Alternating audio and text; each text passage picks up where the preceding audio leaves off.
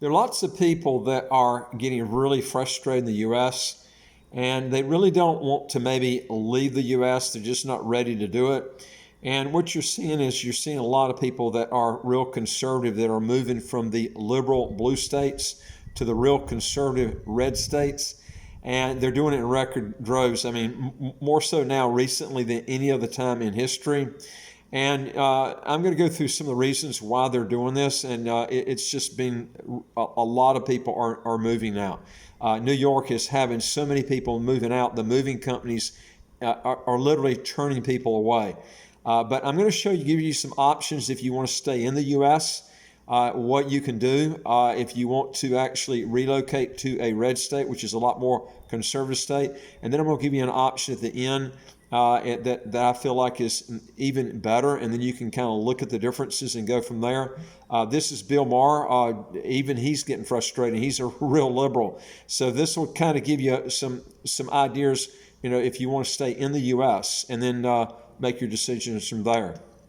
I mean, I travel in every state now, back on the road, and the red states are a joy, and the blue states are a pain in the ass. We're supposed to be the United States of America, but in many ways, we're now divided into two very different nations. There is red state America, and there's blue state America. The red states favor conservative, small government, free market policies, low taxes, light regulation, tough on crime policing, and worker freedom. Think Florida, Texas, Tennessee, Arizona, and Utah. The blue states favor a liberal left, big government approach, high taxes, heavy regulations, high minimum wages, and mandatory union membership. Think New York, New Jersey, Connecticut, Massachusetts, Illinois, Oregon, and of course, California. Progressives like to argue that their big government, high tax policies are economically superior and thus better for the poor, minorities, and working class Americans than those of red states. Conservative policies, progressives contend, are culturally backward and tilted to benefit the rich. Let's test this thesis by comparing three of the largest red states, Florida, Texas, and Tennessee, with three of the largest blue states, California, New York, and Illinois. If progressive policies really work, then Americans should be rushing to get into the blue states. But just the opposite is happening. Americans are packing up their U-Hauls and heading to the red states. According to the New York Times, in August 2020, so many people wanted to leave New York City that moving companies were turning away business. They just couldn't handle the demand. This exodus may be accelerating, but it's not new. Over the last decade, the three big blue states each lost an average of 1 million people to other states, while the three big red states gained almost 1 million from other states. Makes perfect sense. Americans like freedom. Small government means more freedom, and freedom means opportunity. Let's say you're looking for a job. Over the last decade, Florida, Texas, and Tennessee have gained twice as many jobs as the progressive states. Not only that, but your money goes further in red states. According to a 2019 Tax Foundation study, your $100 stretches to $111 in purchasing power in Tennessee, while in New Jersey, it shrinks to $89. If you're a big corporation or a small company looking for a business-friendly environment, affordable housing, or maybe just a better quality of life, where are you going to go? The tough decision is not choosing a red state or a blue state. The tough decision is which red state to move to. Progressives like to say that this isn't about economics, it's about weather.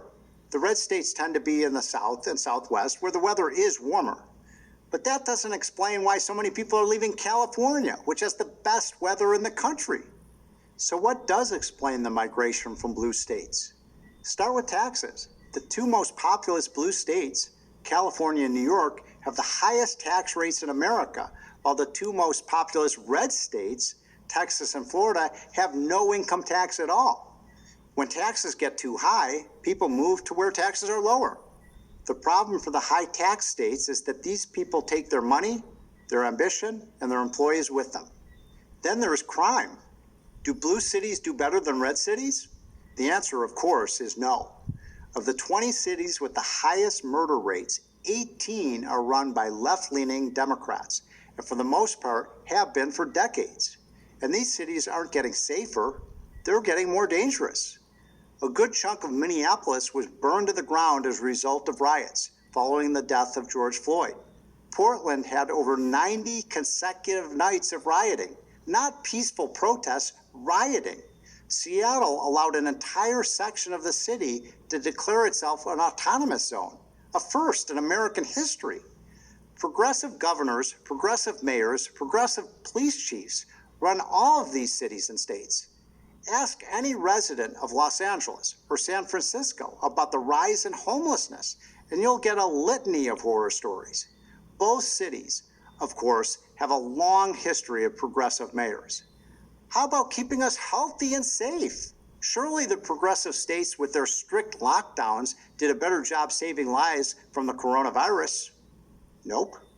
Adjusted for population, as a resident of New York, New Jersey, or Illinois, you are 3, 4, or even 5 times more likely to die of the virus than if you lived in a red state like Florida, Texas, Georgia, Utah, or Arizona. Progressives and liberal Democrats may mean well. They certainly talk a lot about how much they care about the poor, minorities, and the working class.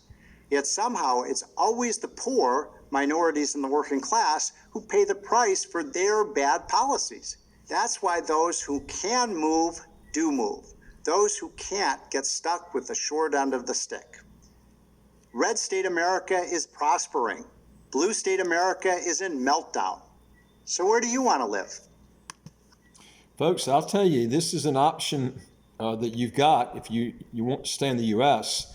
I've got a better option for you, and that is it takes just as much time to go from Florida, which doesn't have any income tax, but it does have a Social Security tax. You're going to have to pay that. You're going to have to pay the federal tax. But you can go from California to, or from Florida to California in about 3 to 4 hours flight. If you live in a place like St. Kitts, Belize, Panama, places that have either no income taxes or have a territorial tax system, you can get to the U.S. just as quick. But the great thing is you don't have to pay any sort of Social Security or federal income tax, or actually state income tax for that matter, if you relinquish your U.S. citizenship. Now, you can qualify for the foreign overseas exclusion and eliminate any sort of state income tax if you qualify for that exclusion, and you and your wife can make up to roughly around $216,000 US dollars a year. So these are a lot better options, and then just go back to the U.S. and visit, because this way you can literally eliminate, if you you can eliminate your state, federal, and Social Security tax if you relinquish. If you're from another high tax country, such as Germany or Australia, something like this, you're going to have to be outside that country long enough to detax yourself from that system, because those countries tax worldwide income to its residents. But folks, if you're going to be making a move and you're driving across the country to get to a red state, why don't you just move and eliminate all your taxes? Not the state income tax doesn't make that much difference, but when you can eliminate the Social Security tax and also the federal income tax, man, that's a total win. I mean, you're getting rid of all your taxes, but you're going to have to do some things in planning. You're going to have to get outside the U.S. And you're going to have to relinquish your U.S. citizenship. You can't have your cake and eat it too. You got to make a decision what you want. Anyway, folks, if you want to learn more on this, you can go to our website, www.citizenshipquickly.com. Hit the top bar that says Apply with Us, fill out the questions. Hit that bottom bar that says Send it to us.